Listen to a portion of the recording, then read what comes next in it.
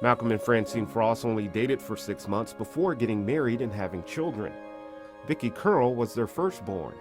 My mother was the most private person I've ever known. She was very quiet and reserved.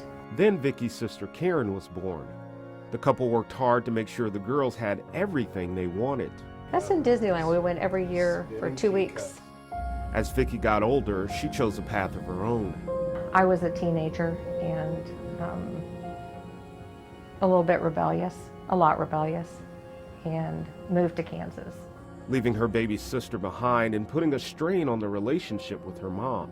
We were estranged for a while. Shortly after, Vicki got married and soon became pregnant, which brought the mother and daughter back together. I was her oldest daughter, and I was having a child. So that kind of, I guess, buried the hatchet. Vicki gave birth to her first son, Corey. He remembers being 4 years old and playing jokes on his grandmother. I'd hide toy spiders in the cabinets, and she would laugh and act like that scared her. It was January of 1981.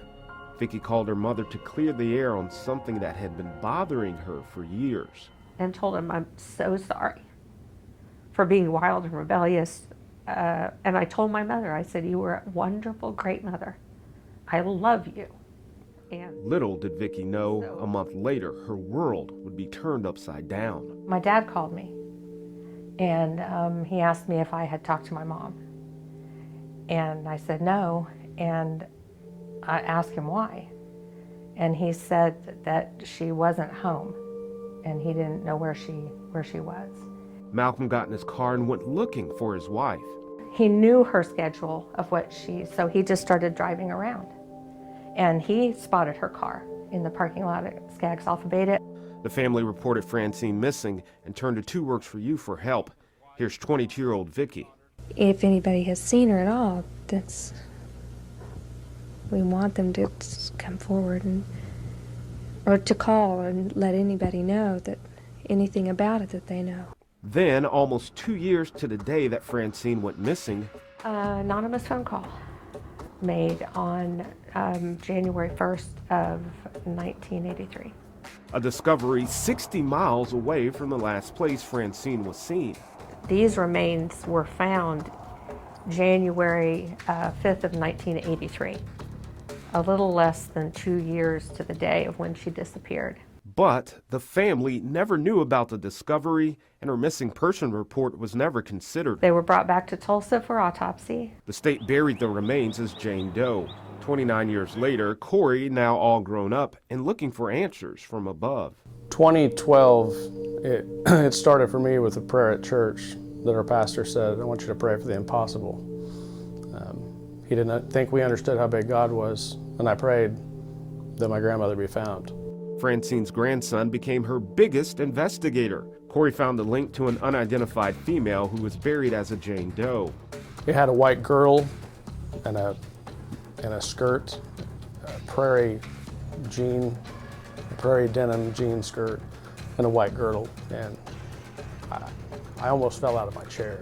I knew because of the clothing that it was her.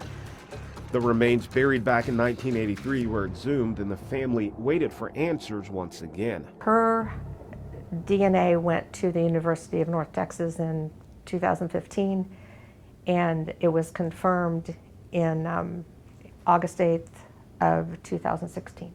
After 35 years, Vicki's mother had been found, but the missing person case took a tragic turn. We read in the newspaper about the gunshot wounds to the back of the head. After 3 decades, Vicki had the missing piece to the puzzle. I had come to a point in my life where I had accepted she was gone and I would never know.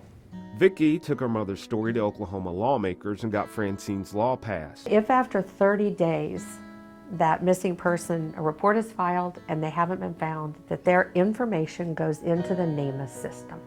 NamUs, the National Missing and Unidentified Persons System.